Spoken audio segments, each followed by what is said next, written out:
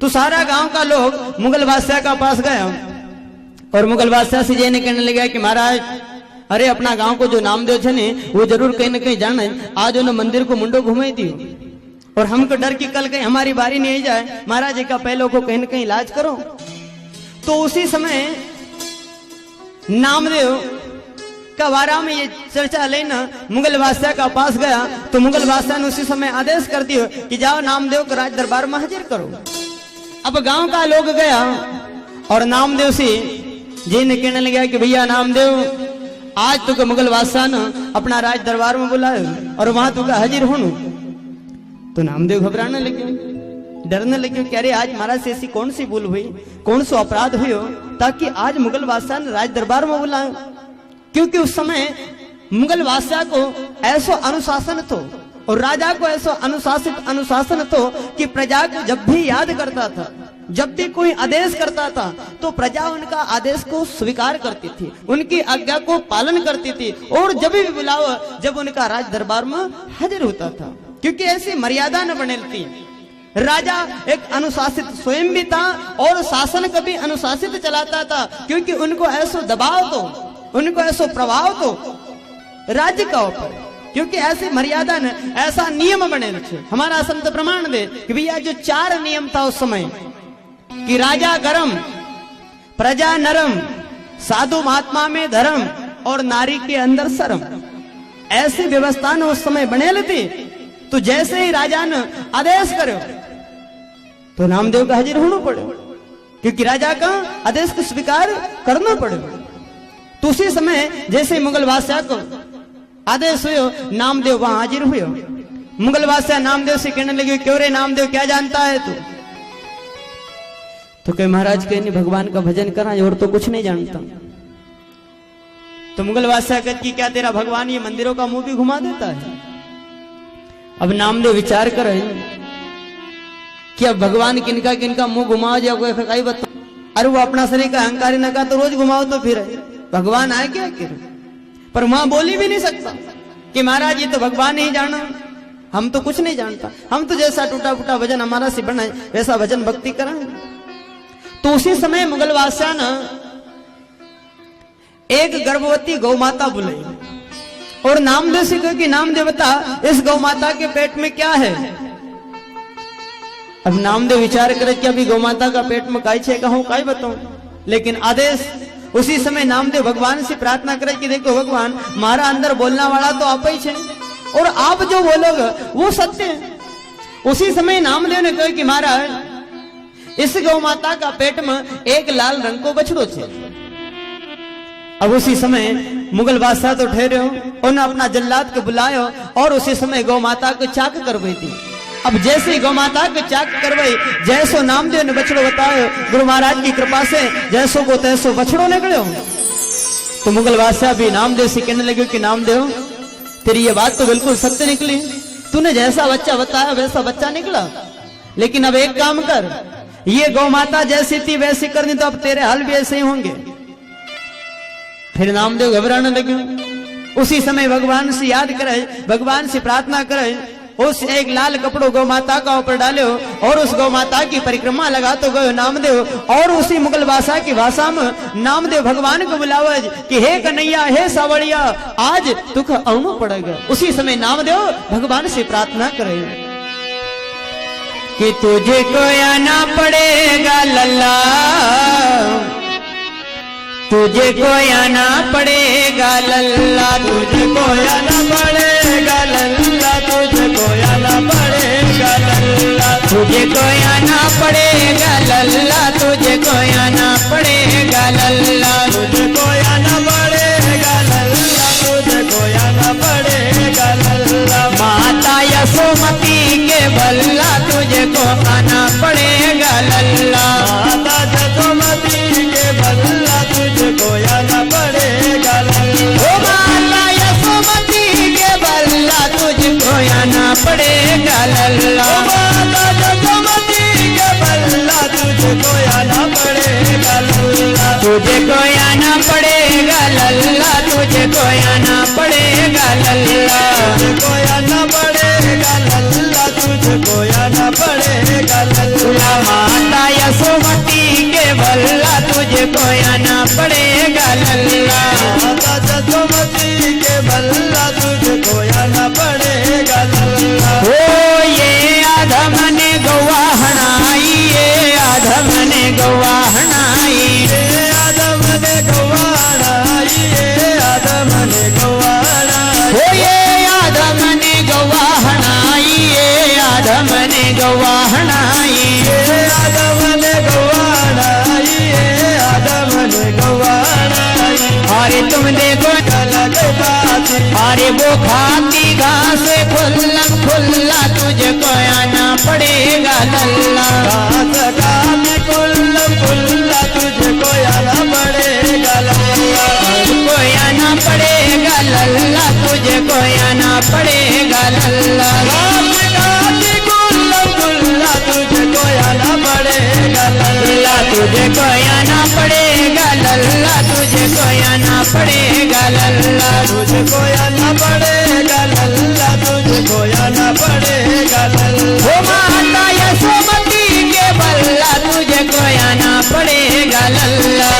माता यशोमती के बल्ला तुझको आना पड़ेगा लल्ला। ओ ये आधम ने गवाहनाई, ये आधम ने गवाहनाई। ये आदम ने गवाहनाई, ये आदम ने गवाहनाई। तोबा तोबा करे बादशाह, तोबा तोबा करे बादशाह। तोबा तोबा करे बादशाह, तोबा तोबा करे बादशाह। अरे धन धन है रसूलुल्लाह तुझको आना पड़ेगा लल्ला। अरे धन धन है रसूलुल्लाह तुझको आना पड़ेगा लल्ला। अरे धन धन है रसूलुल्लाह तुझको आना पड़ेगा लल्ला। अरे धन धन है रसूलुल्लाह तुझको आना पड़ेगा लल्ला। तुझको आना पड़ेगा लल्ला, तुझको आना पड़ेगा लल्ला। तुझको आना पड़ेगा लल्ला, तुझको आना पड़ेगा लल्ला। ओ माता यशोमती के बल्ला तुझको आना पड़ेगा लल्ला। माता यशोमती के बल्ला तुझको आना पड़ेगा लल्ला। तुझको आना पड़ेगा लल्ला, तुझको आना पड़ेगा लल्ला। तुझको आना पड़ेगा लल्ला, तुझको आना पड़ेगा लल्ला। सदगुरु महाराज की जय। उसी समय नामदेव गौ माता की परिक्रमा लगा तो जाए और भगवान के याद कर तो जाए कि तुझको आना पड़ेगा लल्ला, तुझको आना पड़ेगा लल्ला। भगवान आया, तुम क्यों भागी रहे?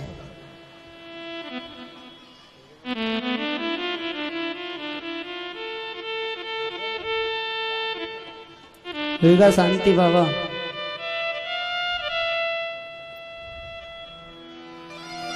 सदगुरु महाराज की, नृसिंहा जी महाराज की। उसी समय जैसे ही भगवान को याद करो, तो उसी समय भगवान भी नामदेव की प्रार्थना स्वीकार करे और अपनी कृपा दृष्टि गौ माता का ऊपर डाली कि टूट गया तार निकल गई फांसी। और उसी समय गौ माता को प्राण दान मिला, गौ माता खड़ी हुई जाए और उसी समय घास चरने लगी जाए कि टूट गया तार निकल गई फांसी, वो खाती घास खुल्लम खुल्ला तुझको आना पड़ेगा लल्ला। जैसे गौ माता खड़ी हुई न घास चरने लगी जाए तो मुगल बादशाह भी घबराते हुए कहने लगे कि धन्य कहनो ऐसा संत भक्त ने कहा जिनकी एक पुकार का ऊपर भगवान भी तैयार छे। तोबा तोबा करे बादशाह, धन धन है रसूलुल्लाह तुझको आना पड़ेगा लल्ला। तो मुगल बादशाह ने ऐसा प्रमाण दियो कि देखो एक बार तुम्हारा जैसी परीक्षा मन भी एक संत की लेती। नाम देव जात को रंगारो जिन गौ जीवाई देवल फेरियो। महाराज आज भी संत छे संसार का अंदर और सत्य छे है सत कछु आसत नाही और ऊंच नीच गिणजो मत कोई, क्योंकि उनका बल का ऊपर उनका सत का ऊपर तो आज ये संसार टिके रहे कि आग लगी आकाश में झरझर गिरे अंगार, अरे संत न होते दुनिया में तो ये जलमरता संसार। आज भी संत छे और सती छे और सत्य छे। उसी समय गुरु महाराज की ऐसी कृपा कि ऐसी मत मुगल के घट प्रकाशी, तो छोड़ दिए सारे सन्यासी। तब सन्यासी सब ही सुख पाए और लई आतीत आसन पर आए। अब उस समय मुगल बादशाह ने उन सन्यासी ने के छोड़ा, सब अपना अपना निज निवास स्थान पर गया। और वही मुगल बादशाह फिर सिंगाजी बाबा का पास अपनी भेंट पूजा लेना आयो कि सन्यासी आसन पर आए, ता पीछे मुगल स्वामी पर प्रसाद लाए कि लीजो सिंगाजी तुम्हारी भेंट और कीजो कबूल साईं का पेट। महाराज आज तुम्हारी झूठी फिराद लेना। कुछ सन्यासी बैरागी आया था, फिराद तुम्हारी हम लग आई और बहुत चुगली सन्यासी खाई। वो सन्यासी बैरागी ने न आपकी झूठी निंदा करे, झूठी चुगली करे, लेकिन हमने उनकी एक भी बात का ऊपर विश्वास नहीं करे। उसी समय सिंगाजी बाबा कहती है तो गुरु महाराज की कृपा है, उनकी लीला है कि देखो सब काम पर भारो हो, लेकिन हमारा तक एक भी नहीं आयो। सर या अवसर की कौन विचारे और तुम बिना ऐसी कौन विचारे, पर भारो सब काम चुकायो, लेकिन सिंहा स्वामी पर एक नहीं आयो। तब स्वामी के मन प्रतीत आई और कहा लग करो श्री राम की बड़ाई। भगवान की लीला को वर्णन, गुरु महाराज की लीला को वर्णन हो कहां तक करूं। गुरु महाराज के तुम्हारी रचना एक, लेकिन गुरु महाराज की लीला अपार छे। सिंगाजी बाबा तो अपनी वाणी में यहां तक कहे कि अगर महाराज शरीर का अंदर जितना रोम छे, इतनी रचना भी हो, तो भी गुरु महाराज की लीला को वर्णन नहीं कर पाते। रचना एक कहां लग वर्णो स्तुति करत ना आवे मोय, अरे पाओ गुण को पार ना पाऊं जो रचना रोम रोम होए। रोम रोम रचना होता है तो भी पार नहीं पाए, अरे ये निर्गुण को गुण अपार है, ये खेम कहां लग गए। उसी समय गुरु महाराज ऐसी लीला को वर्णन करे।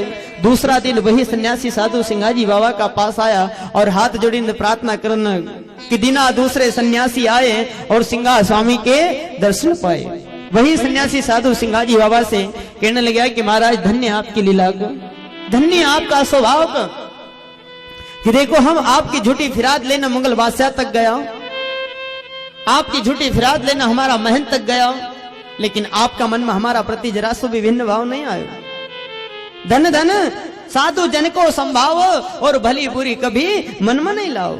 लेकिन फिर भी सिंगाजी बाबा उनके ही सम्मान दे कि कहे सिंघा तुम सुनो गोसाई, अरे हम हैं सेवक तुम हो साई।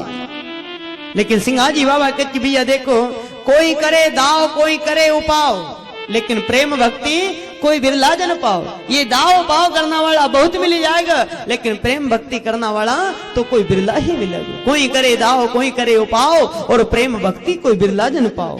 ये साकी शब्द सीखे और गावे, लेकिन प्रेम भक्ति कोई बिरला जन पावे। ऐसो मार्गदर्शन दीन सिंगाजी बाबा फिर अपना निज निवास स्थान का ऊपर आया कि ता पीछे सिंगाजी पिपलिया आए और कुटुंब सहित सब सुख पाए। स्वामी अपने आसन बैठे जाई और करे भक्ति एक चितलाई। गुरु महाराज अपना निज निवास स्थान पर आए न, एक आसन का ऊपर बैठी न, अपना भक्ति भजन से लगेगा। नगर से उत्तर दिशा एक खाड़े, तामे स्वामी अपनो अंग पखाड़े। गांव से उत्तर दिशा में एक नालो बहतो तो, जेको बहाव पश्चिम से पूर्व की ओर थो। तो सिंगाजी बाबा ने उस नाला का बाल गंगा मानी थी, क्योंकि जो बड़ी गंगा छे ऋषिकेश हरिद्वार में, वो बहाव भी पश्चिम से पूर्व की ओर। तो आज सिंगाजी बाबा के भैया देखो वो गंगा में तो अपना से नहीं नवा है, तो अपना लेन तो अपना घर बट गंगा आयल छे, या बाल गंगा में ही अपनो स्नान हो जाए तो हमारो तीर्थ यही हुई जाए कि पूरब दिशा ताको बहतो पानी, बाल गंगा तिसको टाणी।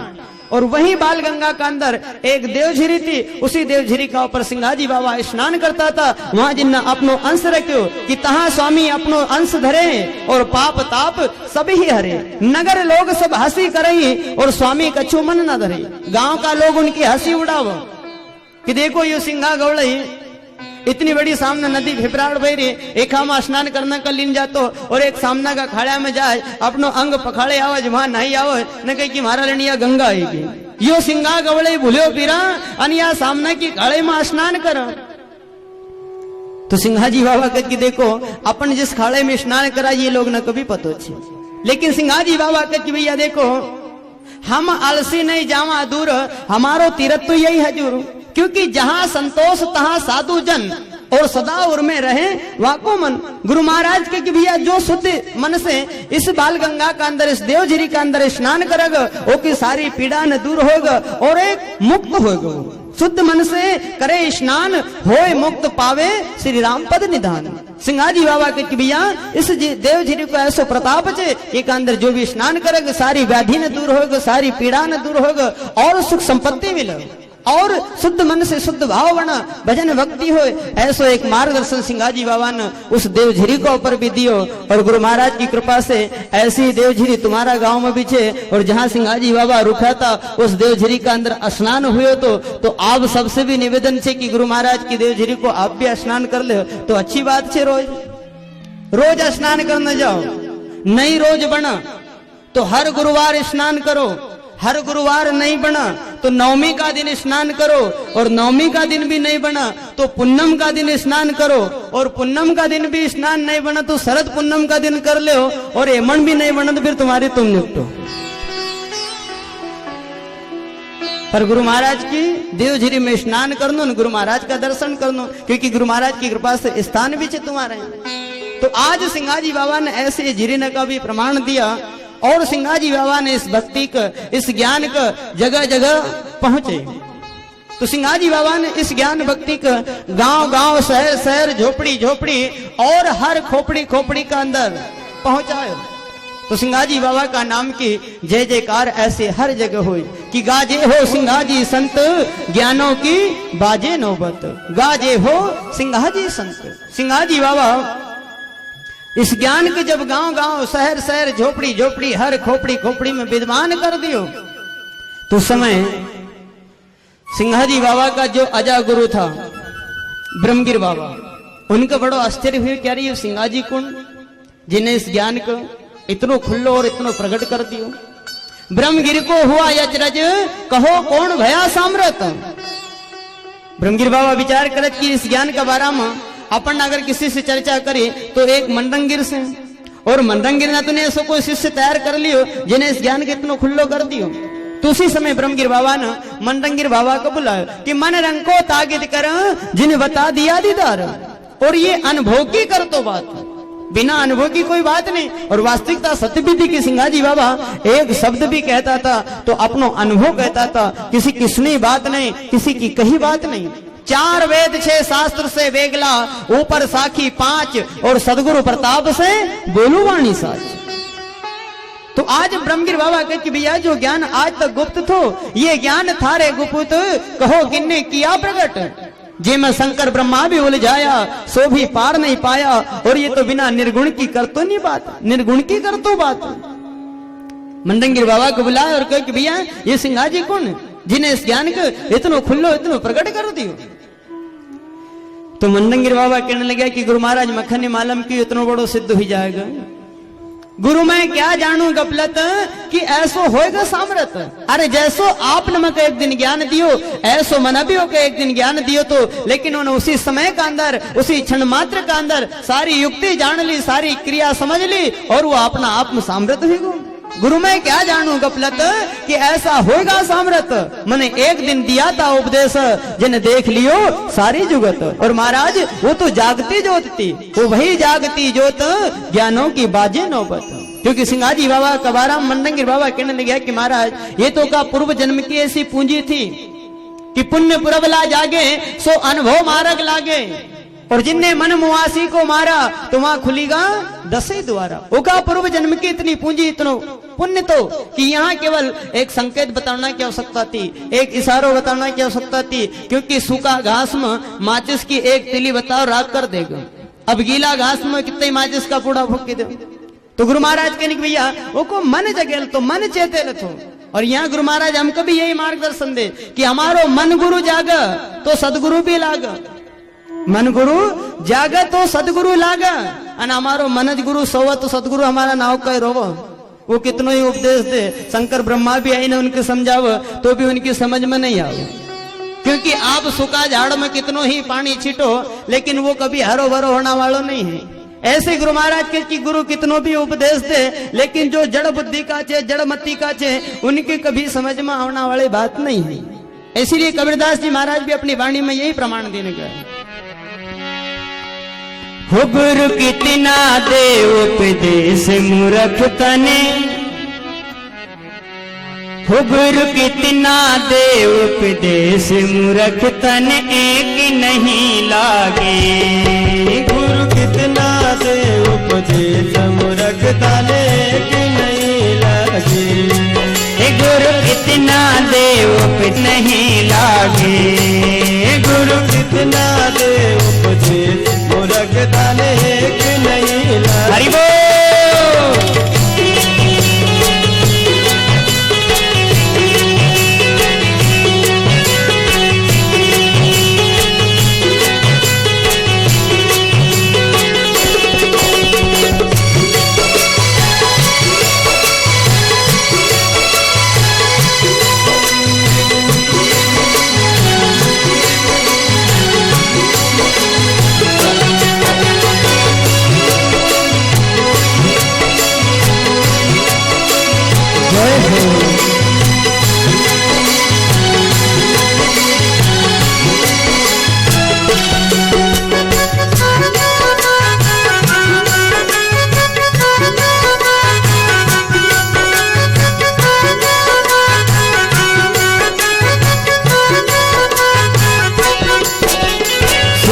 लकड़ने गण गण सिज नहीं पान फूल आवे।